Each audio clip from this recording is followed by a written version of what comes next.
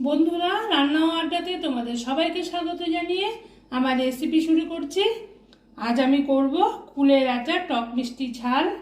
তার জন্য আমি গোটা কুলগুলোকে ভালো করে ধুয়ে রোদে শুকিয়ে তারপরে চটকে হলুদ লবণ মাখিয়ে একদিন রোদে রেখেছিলাম। একদিন রোদ দিয়ে আমি তুলে নিয়েছি। দেখো, এইভাবে আমি চটকে মেখে নিয়েছিলাম।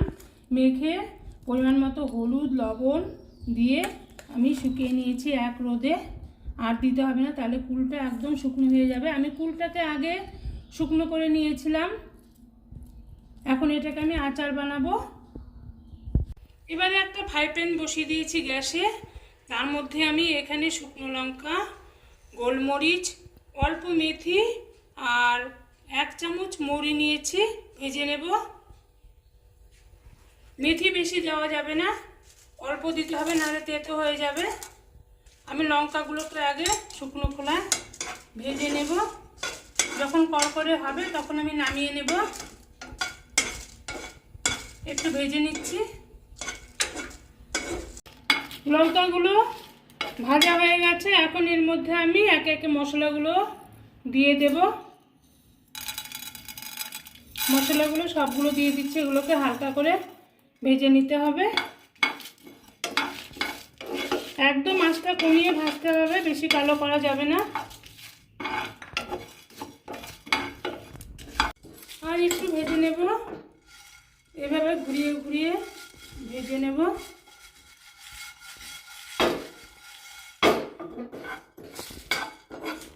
ভাজা হয়ে গেছে, এখন আমি নামিয়ে নেব। এবার একটা মিক্সির জার নিয়েছি। এই জারের মধ্যে মশলাগুলো দিয়ে গুঁড়িয়ে নেব। খুব বেশি গুঁড়ো করব না, আধা ভাঙা হবে। আমি সব দিয়ে দিচ্ছি। গোলমরিচ, মেথি, মৌরি, শুকনো লঙ্কা হালকা করে ভেজে নিয়েছি।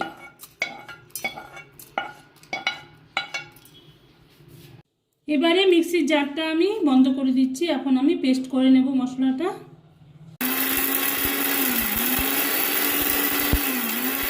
মশলাটা আমি গুঁড়িয়ে নিয়েছি। এবার খুলে দেখাচ্ছি তোমাদের। দেখো, এরকম আধা ভাঙা থাকবে। আচারে যখন দেবো মুখে পড়বে, খেতে ভালো লাগবে। আমি এটা এখন রেখে দিচ্ছি। একদম পেস্ট করা যাবে না, তোমরা পাটাতেও করে নিতে পারো, আমি মিক্সিতে করেছি। এবার একটা কড়াইকে ভালো করে গরম করে এর মধ্যে আমি সরষের তেল দিয়ে দিলাম। সরষের তেলে ফোড়ন দিলে পরে আচারটা অনেক দিন থাকে। তেলের মধ্যে আমি একটা শুকনো লঙ্কা দিয়ে দিলাম আর 1 চামচ 5 ফোড়ন দিয়ে দিলাম। ফোড়নটাকে একটু হতে দেব। ফোড়নটা নাড়াচাড়া করে নিচ্ছি। ফোড়ন থেকে যখন মিষ্টি গন্ধ বের হবে তখন আমি এর মধ্যে গুড়টা দিয়ে দেব। জল দেব না, জল দিলে আচারটা কিন্তু বেশি দিন থাকবে না। তোমরা এভাবে বাড়িতে করে দেখো, অনেক দিন থাকে, 1 বছর পর্যন্ত তোমরা রাখতে পারবে।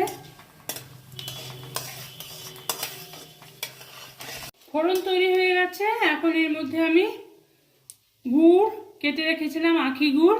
এখানে 400 গ্রাম গুড় আছে, সেটা আমি দিয়ে দিচ্ছি তেলের মধ্যে।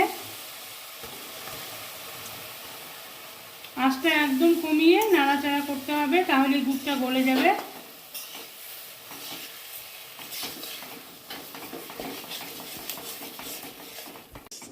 গুড় দেখো একদম গলে গেছে। এভাবে আমি কিছুক্ষণ জাল দিয়ে নেব।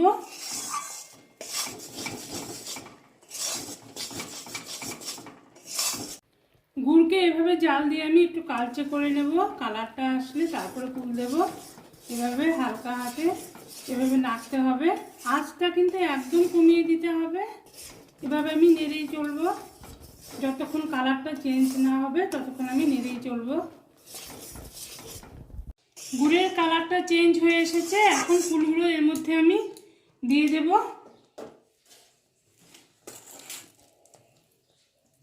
সবগুলো কুলকে আমি এর মধ্যে দিয়ে দিচ্ছি।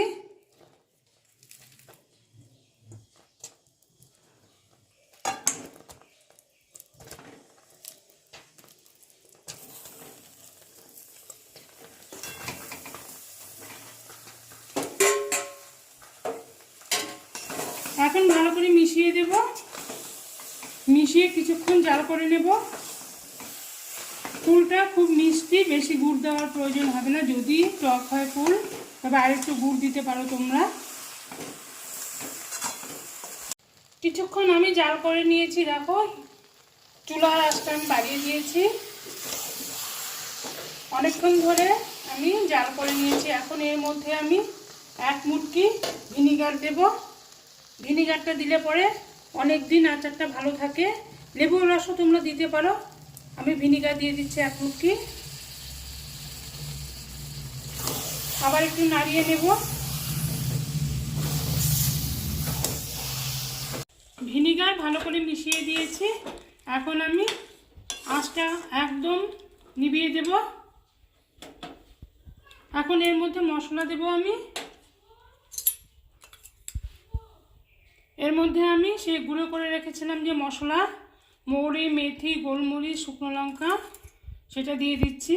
দেখো কি সুন্দর দানা দানা আছে। 2 চামচ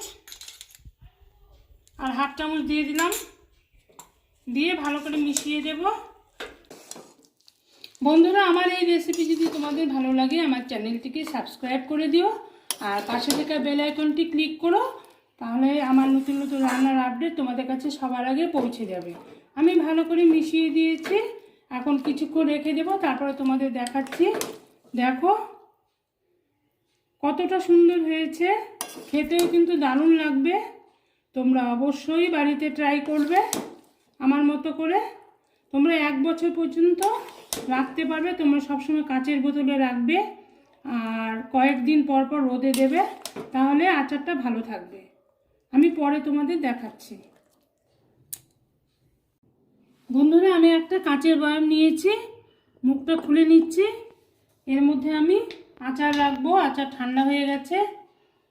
কাচের বয়ামে আচার রাখলে পরে ভালো থাকে। আমি ঢেলে দিচ্ছি। এই আচার কিন্তু রোদে দিতে হবে। তোমরা প্রতিদিন রোদে দিতে পারো, কয়েকদিন দিয়ে রেখে দিবে, আবার রোদে দিবে, অনেক দিন থাকবে। খেতে কিন্তু ভীষণ টেস্টি। তোমরা অবশ্যই বাড়িতে বানাবে।